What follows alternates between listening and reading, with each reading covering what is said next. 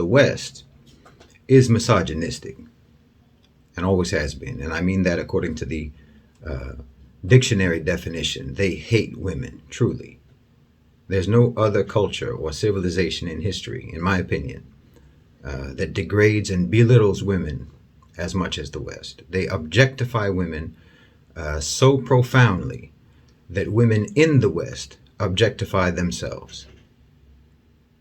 They used to wonder, whether or not women have souls. And it seems like they ultimately decided that they don't. Women are nothing to them but bodies. Women are nothing but bodies in Western culture. They're decorations.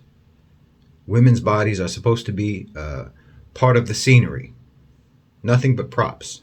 That's why you can even have this absurd debate about what a woman is, because if she is nothing but a body, which is what she is in the West, if she's nothing but, lipstick and breasts, hips and a hairdo, then she can be replicated. A man can make himself look like that. He can do a convincing performance, an exaggerated impression of what a woman is, a lampoon. He can do what's essentially a gender minstrel show. Instead of blackface, it's lipstick and makeup and a wig, plus some hormone injections.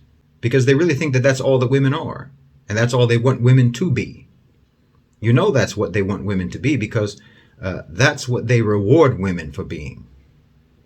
I mean, I saw a report that's a few years old, but it showed that strippers make as much money as a lawyer on average. Now, in a materialistic culture of commodification like the West, it's easy to see what the society approves of and what they value, because that's who gets paid. So when you send the message to women and to girls that wealth can be rapidly expedited for them if they take off their clothes on stage or on camera, rather than develop their minds, rather than develop their skills, their character, and so on. When you tell women and girls that you're going to have to go to university for years, you're going to have to be in the workforce for years before society will monetarily reward you anywhere close to what it will reward you right now, today, if you will just objectify yourself and get naked in front of strangers. The message is crystal clear. We want you to be what we think you are, which is a sexual object. And if you'll go along with that, you will be generously rewarded. We don't think you have dignity. We don't think you have honor. We don't think you're decent. We think that you're agents of the devil and instruments of sin. You caused the fall of man. That's deeply embedded in the cultural thinking of the West. And clothes, being covered, covering your nakedness, is only for the dignified. That's why they strip you in interrogations, to break you down, to humiliate you, to demean you, to create an imbalance of power between you and the interrogators. I know what I'm talking about because they did it to me. They do it to make you vulnerable. Well, that's what the Western society does to women. Forget about slut shaming. They practice modesty shaming, virtue shaming, dignity shaming. Because who are you to think that every man in the public sphere isn't supposed to be able to see your body? What makes you so special? What makes you think that you have the right to deny any man's eyes access to your body? Your bodies are supposed to be public. Your bodies are supposed to be decorations. That's the culture. And they don't want dignified women in the public sphere. They don't want virtuous women in the public sphere. They don't want modesty. So now France has banned women from wearing abayas in schools.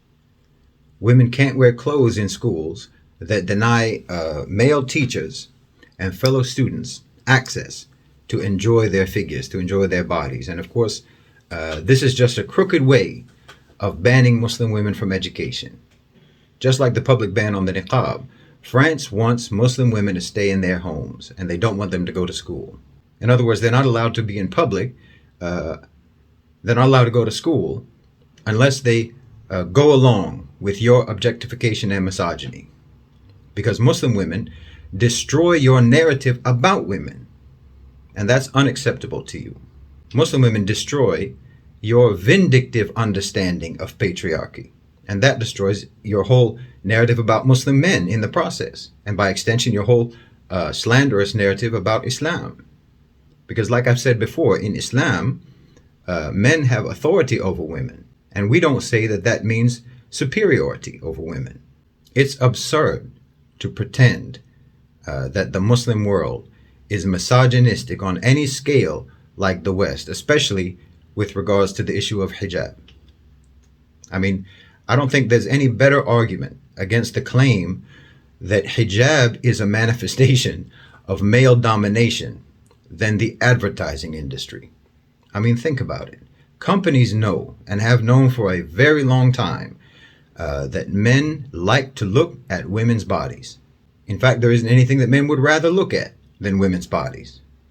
As much as they might like hamburgers, they would rather look at an advertisement of a beautiful woman in a bikini holding a hamburger than to look at the hamburger itself.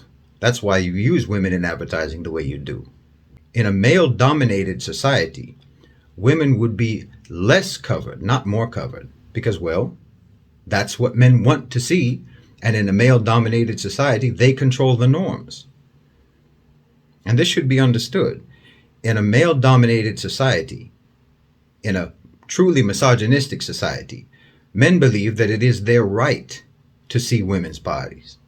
If a woman is covered, they feel deprived. The covered woman is defying their entitlement.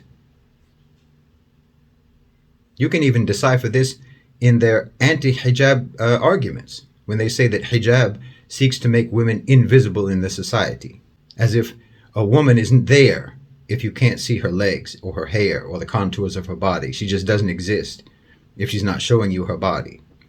This kind of pseudo-feminist assertion objectifies women even more than the hamburger advertisement that just uses a woman to sell meat. If she's not presenting herself as a decoration on the street for the appreciative eyes of passing men, then she's a non-entity in the West. Whereas a man in baggy trousers, a jacket, and a hoodie, where only his hands and his face can be seen, he's not vanished from the society. Just because you can't see his skin, he's still there. Because men's role in the West is not decorative, women's is. And that passes in the West for female empowerment. I don't know what's so difficult to understand about the connection between conforming with what gratifies men and being therefore dominated by men. And I don't think anyone wonders whether men are more gratified by seeing a scantily clad woman than seeing a woman in the hijab.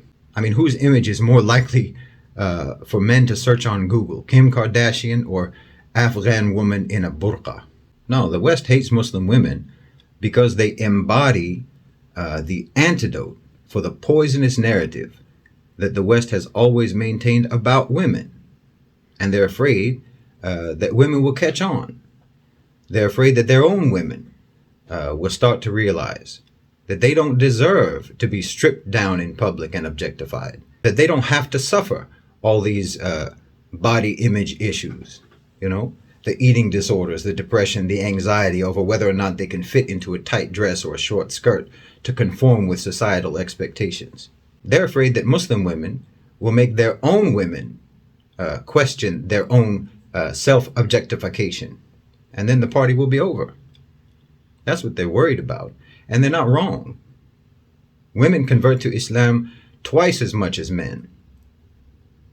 That's that many more women whose bodies you won't be able to consume with your eyes anymore. That's that many more women who want to be dignified and don't want to be decorations.